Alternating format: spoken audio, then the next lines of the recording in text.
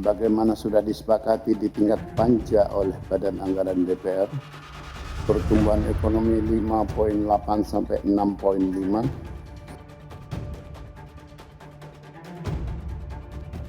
Strategi fiskal dan moneter kita haruslah strategi yang mampu untuk menjaga nilai tukar kita tetap stabil terhadap mata uang dunia.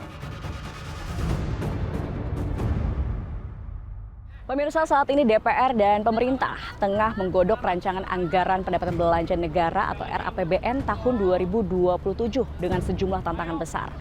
Di mana situasi politik global saat ini masih belum juga mereda dan target pertumbuhan ekonomi nasional yang cukup tinggi.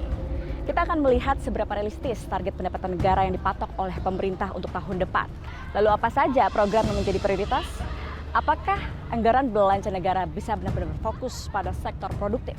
Dan kemudian apa saja tantangan yang dihadapi oleh Badan Anggaran atau Banggar DPR dengan komisi terkait dan pemerintah dalam menjaga postur fiskal tetap sehat, mandiri, dan tetap bisa menjaga daya beli masyarakat di tahun mendatang. Kita ulas lengkapnya dalam Rumah Parlemen. Putaran awal pembahasan APBN. Nanti di dalam camp PPKF ini akan dibahas mengenai beberapa asumsi makro dalam sebuah range mulai dari pertumbuhan, tingkat inflasi, kemudian nilai tukar rupiah, dan kemudian ICP produksi lifting minyak dan lifting gas, kemudian lokasi secara pagu indikatif untuk kementerian dan lembaga. Ini adalah kerangka ekonomi makro pokok-pokok kebijakan fiskal pada putaran awal RAPBN kita tahun 2027. Ini adalah sebuah tradisi baru dan tentunya begitu tradisi baru ini orang sedang ingin memperhatikan dengan serius apa yang akan menjadi concern Bapak Presiden di dalam camp PPKF ini. Saya yakin ekonomi Indonesia dapat tumbuh pada kisaran 5,8 hingga 6,5% di tahun 2007 menuju pertumbuhan ekonomi 8% pada tahun 2029. Dan pertumbuhan tersebut harus tercermin pada meningkatnya kesejahteraan rakyat secara nyata. Di tengah situasi eksternal yang boleh dikatakan tidak terlampau mendukung, menurut saya untuk mencapai 5,8 sampai 6,5% itu adalah dia akan memerlukan ekstra keras. Artinya itu adalah target yang sangat optimistik. 6,5% itu saya pikir sangat sulit dicapai. Tapi kalau disebutkan 5,8 itu kerja keras bisa dicapai. Untuk mencapai 5,8% tadi itu pertumbuhan yang cukup tinggi sebetulnya itu adalah partisipasi daripada dunia usaha. Jadi pemerintah bertindak sebagai katalisator, APBN bertindak sebagai katalisator, dunia usaha digerakkan untuk mereka itu berinvestasi dan menciptakan lapangan kerja dan pertumbuhan kegiatan ekonomi yang lebih ekspansif nantinya. Ya, jadi kalau kita bicara soal pertumbuhan ekonomi 2027, tentu kita harus lihat dulu berapa sih basis pertumbuhan ekonomi saat ini. Kita tahu bahwa saat ini pertumbuhan ekonomi di 5,61 ini angka yang cukup tinggi, bahkan angka ini adalah angka yang tertinggi sejak 2014. Ya. Yang jadi persoalan adalah apa sih yang menjadi basis bagi pertumbuhan ekonomi saat ini? Apakah pertumbuhan ekonomi ini sifatnya sustainable atau berkelanjutan? Atau pertumbuhan ekonomi ini sifatnya adalah one shot deal. Ya, untuk di atas 6%, maka akan susah. Ini menjadi catatan. Sebenarnya yang sifatnya sustainable yang lain adalah investasi. Kita tahu sampai saat ini banyak investor asing yang masih wait and see. Mereka masih menunggu, ya bahkan beberapa investor domestik sendiri akan cabut dari Indonesia. Ini tentu menjadi catatan. Kalau kita ingin tumbuh yang berkelanjutan, sustainable, maka ada dua faktor. Yang pertama adalah konsumsi rumah tangganya, yang artinya harus tercipta lapangan kerja. Karena dengan terciptanya lapangan kerja, masyarakat mendapatkan gaji, akhirnya masyarakat bisa spending lebih banyak, pengeluaran masyarakat lebih banyak akan memicu pada pertumbuhan ekonomi.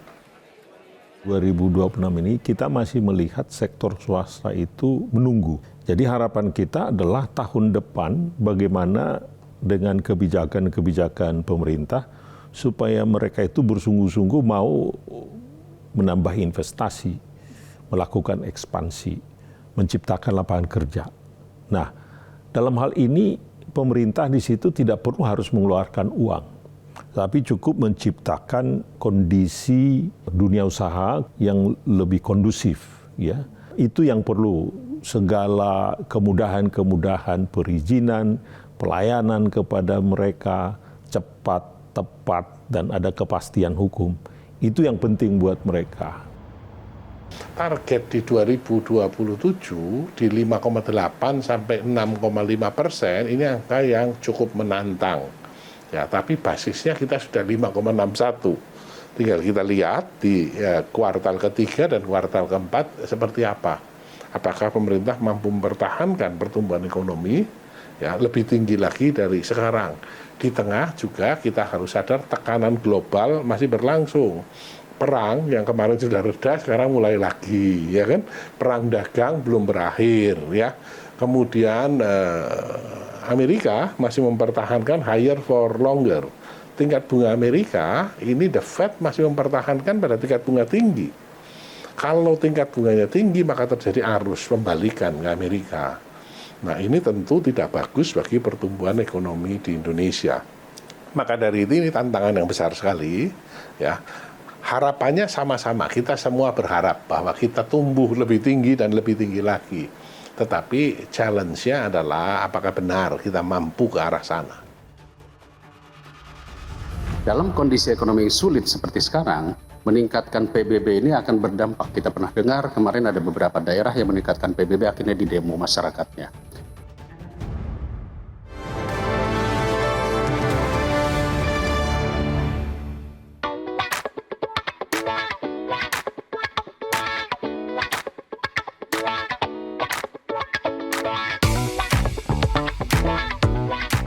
Kehadiran mereka tidak hanya mewakili suara perempuan, tetapi juga membawa perspektif yang beragam serta pengalaman hidup yang unik ke dalam proses pembuatan kebijakan. Saksikan Perempuan Parlemen hanya di TVR Parlemen.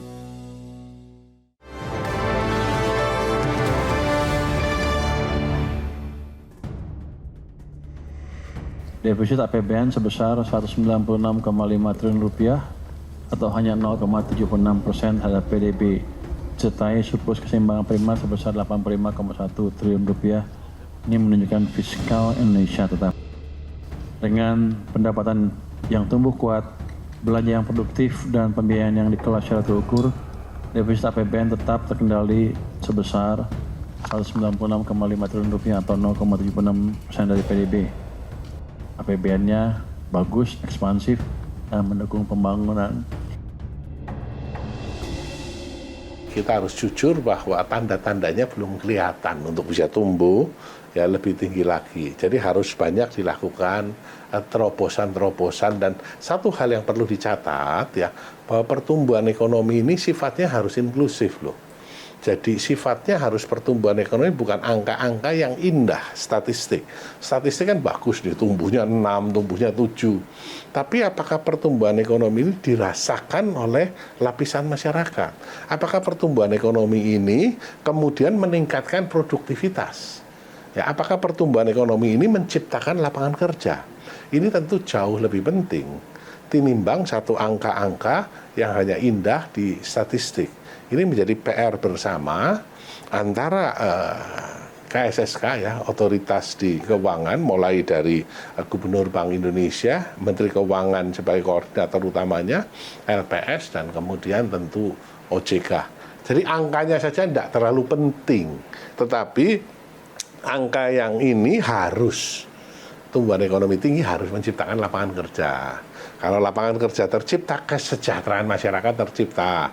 Kesejahteraan masyarakat tercipta, harapannya masyarakat mendapatkan pendidikan, kesehatan, masyarakat punya duit lebih banyak untuk dikeluarkan. Akibatnya akan gulung memicu pertumbuhan ekonomi yang lebih tinggi. Itu yang sedang kami godok di Komisi 11. Harapannya sama-sama lah, kita ingin Indonesia yang lebih bagus. Memang benar permasalahan yang ada di daerah. Banyak daerah itu tidak sanggup mendorong peningkatan PAD-nya. Karena sangat sulit dan akhirnya banyak kepala daerah meningkatkan PAD itu hanya dari sisi sektor pajak dan PBB. Dalam kondisi ekonomi yang sulit seperti sekarang, meningkatkan PBB ini akan berdampak. Kita pernah dengar kemarin ada beberapa daerah yang meningkatkan PBB akhirnya di demo masyarakatnya. Pajak ini ya kalau tarif ya jangan diutak-utik dulu. Misalkan pajak rumah tangga atau pajak perseorangan, demikian juga PPN, pajak pertambahan nilai, nggak usah dinaikkan.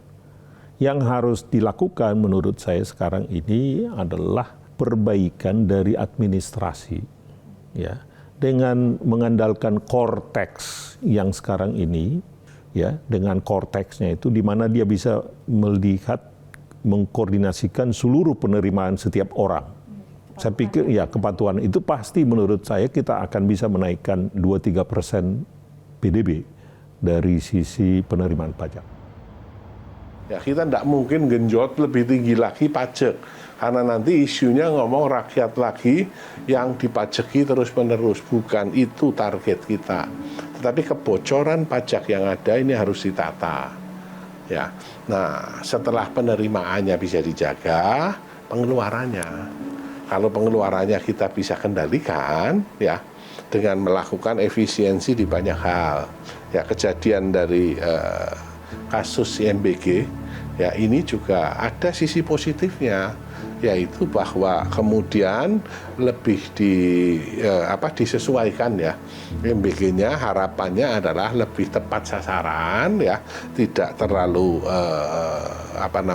menghambur-hamburkan uang, dan dampak nyatanya dirasakan oleh masyarakat. Yang pertama adalah bahwa efisiensi dan efektivitas belanja itu menurut saya satu keharusan buat DPR terus mengevaluasi, mereview secara dari waktu ke waktu. Sebetulnya DPR sudah melakukan itu, tapi menurut saya sekarang lebih tajam lagi, ya. Kenapa lebih tajam? Situasi yang seperti ini, ya, karena kita ingin bertumbuh lebih tinggi, saya pikir belanja dari pemerintah itu harus lebih efisien dan lebih efektif. Yang kedua, terutama ini berkaitan dengan subsidi-subsidi. Kita kan ingin membantu masyarakat kita yang lebih kecil. Memang tujuan dari APBN itu seharusnya yang dibantu itu harus masyarakat yang kecil, masyarakat terbawah. Masyarakat di atas nggak perlu dibantu kok gitu. Tapi untuk itu jangan sampai disalahgunakan. Itulah APBN itu sebetulnya. Perlu dilakukan DPR untuk memastikan bahwa APBN itu dipakai untuk kemaslahatan masyarakat luas. Last but not least ini adalah harapan kita bahwa semua masyarakat ini membayar kewajibannya. Karena kewajiban itu adalah untuk dipakai kemudian baik itu untuk investasi maupun kita kembalikan kepada masyarakat kecil tadi itu. Pemirsa, menyusun anggaran negara di tengah dinamika situasi global saat ini ibarat menahkodai kapal di tengah badai. Defisit harus ditekan, pendapatan harus terus digenjot. Namun, perlindungan sosial masyarakat tidak boleh dikorbankan. RAPBN 2027 bukan hanya ujian bagi pemerintah dalam menjaga kredibilitas fiskal, tetapi juga pembuktian fungsi check and balance dari DPR RI. Kita berharap ketuk palu final di Senayan nanti bukan hanya sekadar kompromi politik semata, melainkan benar-benar menghasilkan dokumen anggaran negara yang sehat, kredibel, dan berorientasi pada kesejahteraan masyarakat Indonesia. Saya Gadis Bianca, kita berjumpa lagi di Rumah Parlemen berikutnya.